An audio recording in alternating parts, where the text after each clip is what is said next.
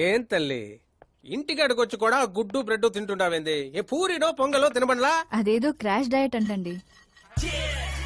నాది క్రాష్ డైటే, కానీ బాబాయ్ ఏంటి కంప్లీట్ డైట్ లో ఉన్నాడు?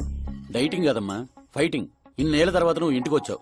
ఇప్పుడు కూడా అన్నయ్య నాతో మాట్లాడకపోతే నేను ముద్ద కూడా ముట్టను. అది జన్మలో జరగదు. ఏంటి నాన్న మీరు చిన్నపిల్లల్లా ఇంకా మాట్లాడడం లేదా బాబాయ్తో? వాడు నా పిచ్చి మనమను మాట్లాడతా. అది పిచ్చి కాదన్నయ్య, ప్యాషన్, ఇష్టం, ప్రాణం. నన్ను కోస్తే కొవ్వు ఉండదన్నయ్య, కళ ఉంటది. టాలీవుడ్ ను దున్నేయడానికి పుట్టిన బార్న హీరోనన్నయ్య. చూసావా తల్లి మా పరిస్థితి? ఎగ్జాక్ట్లీ అన్నయ్య. రేపు ఆడియన్స్ కూడా అలాగే షాక్ అవుతారు. స్క్రీన్లు చించేస్తారు నా యాక్టింగ్ చూసి.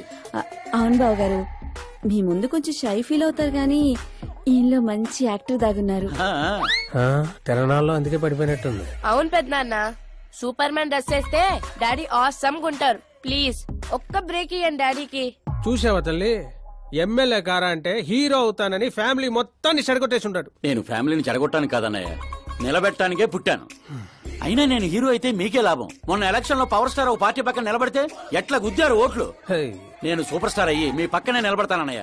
అయినా ఇప్పటి నుంచి ప్రతి పొలిటీషియన్ వెనకాల ఒక సినిమా స్టార్ ఉండాలి నాలాగా. చూడు తల్లి, ఈడింకొక్క మాట మాట్లాడితే పుత్తూరు పంపేస్తా. ఏం చేస్తాం అక్కడ? వెళ్ళి మళ్ళీ ఒక అమ్ముకుందాం ఏంది? రేట్ అచ్చప్ బాబు, నా బ్రేక్ఫాస్ట్ క్యారవాన్ షిఫ్ట్ చేయి. అలాగే బాబు. వీళ్ళు మారరు, వీళ్ళ యాటిట్యూడ్ మారరు.